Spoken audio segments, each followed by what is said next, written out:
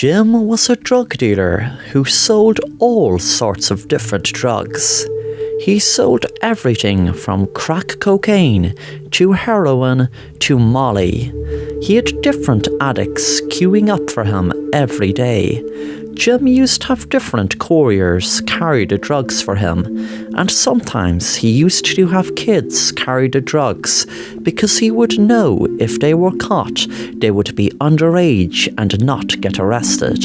He used the ones he knew that their parents didn't worry if they were out late, etc. One day Jim sold heroin to a known witch's son. Sheila was horrified when she walked in on her son Jasper after overdosing with a needle sticking out of his arm. She instantly cast a spell on Jim the drug dealer. The next day, after each one of Jim's customers got high, Jim felt the effect of the drug they took. It went on for a few different customers of his. He kept getting higher and higher, until eventually he died of an overdose. Thanks for watching The Assassin Rapper, and if you want to stay up to date on new content, then please subscribe and be sure to hit the bell to be notified on new content.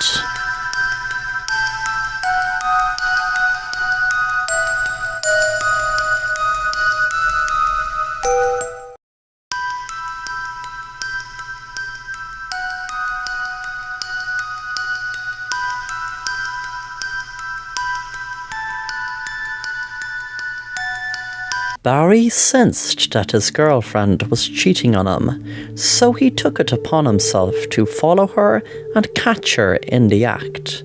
He was right about her cheating, but what really made him mad was that she was cheating on him with his best friend Sam. He first saw her through his binoculars, lying down on the beach with Sam. They were looking so happy together, it made him sick. Then he followed her another night, where they both had a romantic meal in an Indian restaurant. He looked at them for just 2 minutes before he went away to avoid him going over and beating Sam all around the restaurant. The night after he followed them to the cinema, Barry sat in the back row the whole night watching them. It made him so mad that he had an idea. It was a crazy idea. Barry knew, but he had made up his mind and he was sticking to it. Barry invited Sam out on his new boat for a boat trip a few nights later. The water was really smooth and they were talking for a few minutes, until Barry knew it was time to do it. He pushed Sam over the boat into the water and threw a rock that had a rope attached to it that he made sure was around Barry's foot. Sam screamed as he went underwater. Barry felt relieved as he had his revenge. Suddenly he screamed as he realized that the rope somehow got around his foot also. He tried his best to escape, but the rock and the rope pulled him under the water, and within minutes, both friends drowned. Thanks for watching The Assassin Rapper, and if you want to stay up to date on new content, then please subscribe and be sure to hit the bell to be notified on new content.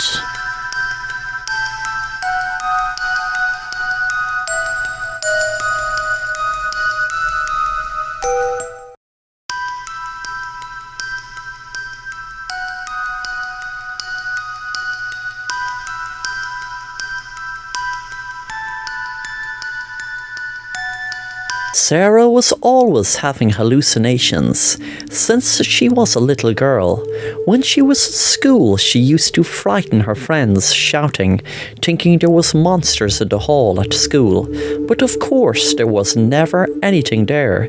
It was just her hallucinations. She always loved the idea of driving a bus, and once she had the chance of going for an interview for the job, she was so happy. Of course, she couldn't mention her condition, especially in a job where she would have to drive members of the public around. A few weeks later, Sarah was on the bus, and she felt a weird vibe off the driver. He seemed like a creep, and she could see him looking back at her in the mirror every so often. She felt very uncomfortable and got a shiver up her spine when he drove past her stop. She told him she rang the bell, but he kept driving, ignoring her. She screamed to him stop. Suddenly she felt nauseous, and then realised she had got the job. She was not the passenger, but she was the driver of the bus that she was driving for her new job. She could hear the passengers shouting as the bus was driving so fast, and she had been screaming, thinking she was a passenger.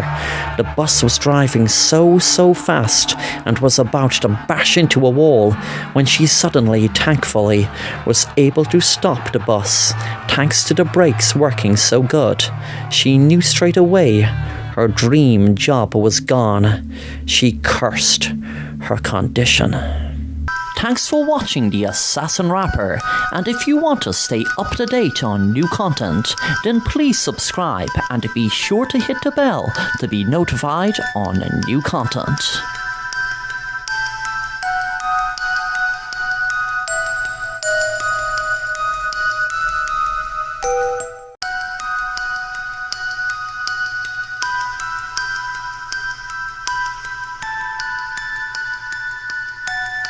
White walls all around. It almost looked like a hospital. It was clean. White tiles, white sink, white walls, and the roof was white.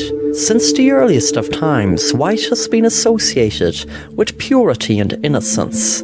Then again, asylums are generally white, and they reflect the exact opposite of purity and innocence.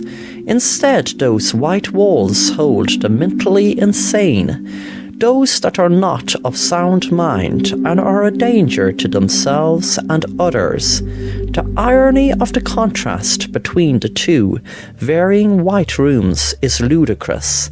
He looked into the mirror. Deep brown eyes gazed back at him. The freckles surrounding his nose looked as though God himself spread flakes on his face to create him.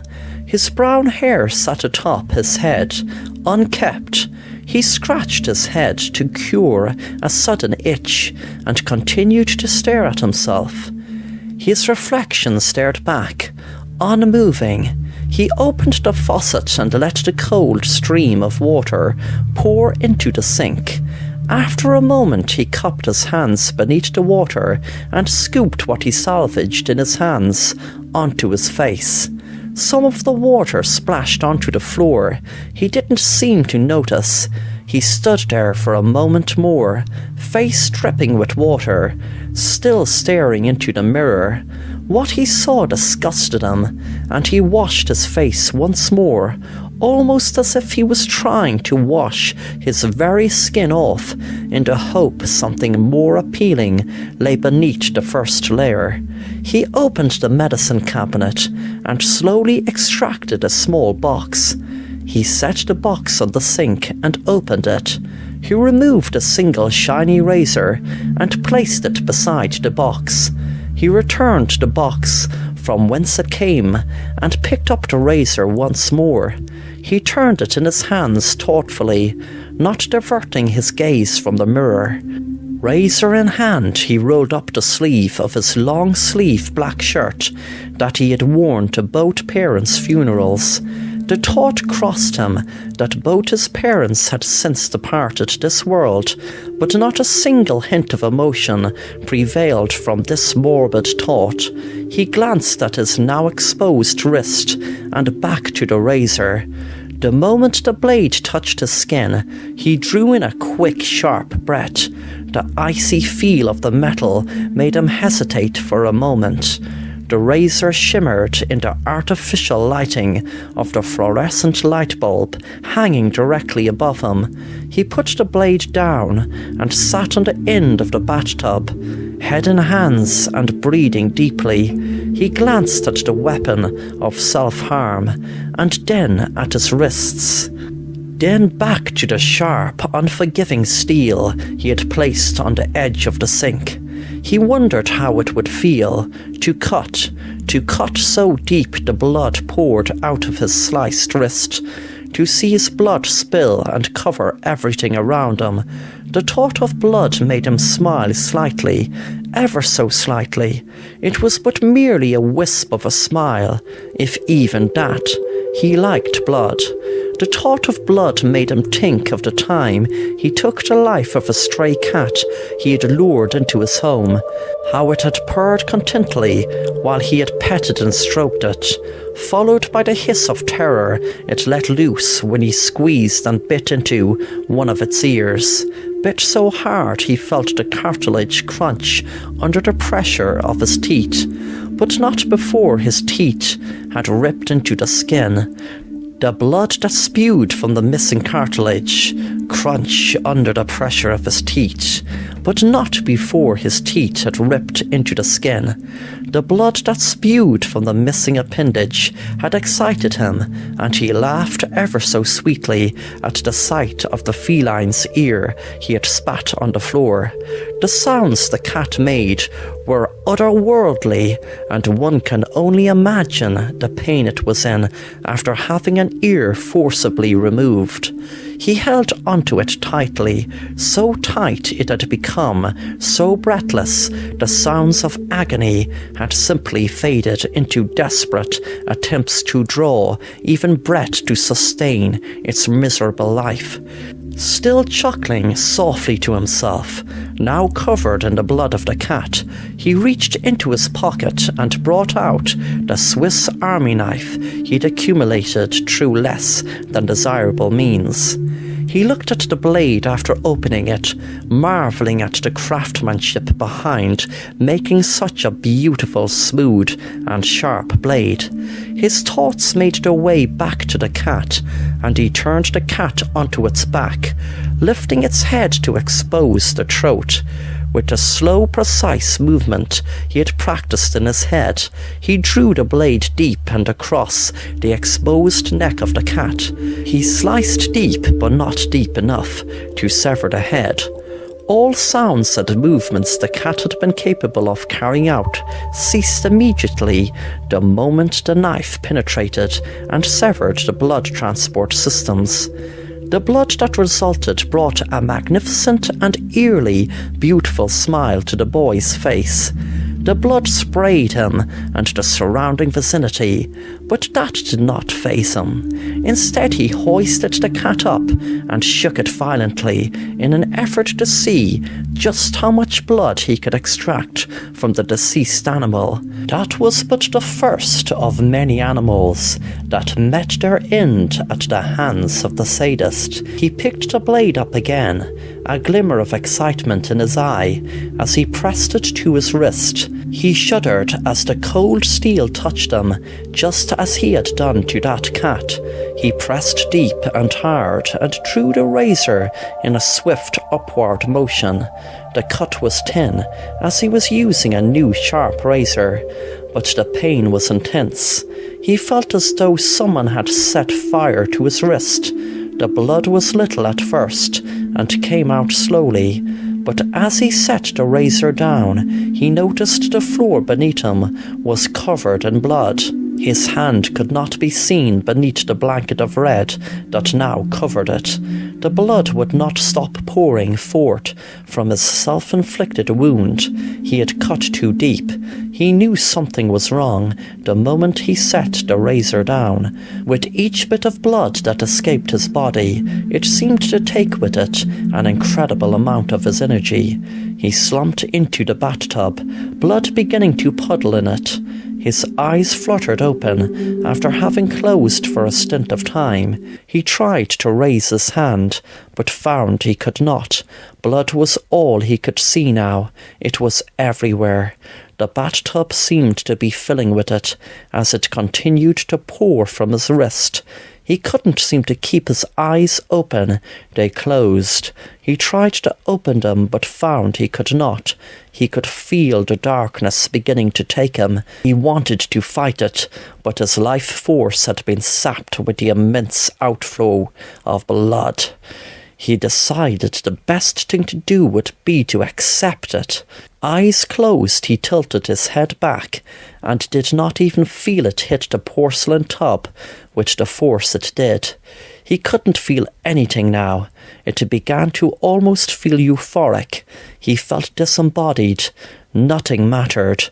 All that existed was the darkness. He wanted the darkness, and the darkness wanted him. It needed him.